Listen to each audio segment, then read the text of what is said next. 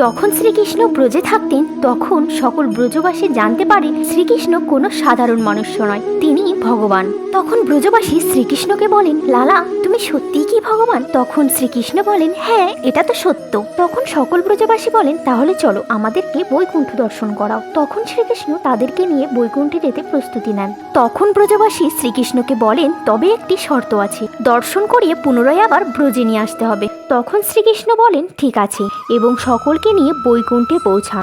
তখন বৈকুণ্ঠ দেখে সকলেই আহ্লাদিত হয়ে পড়েন।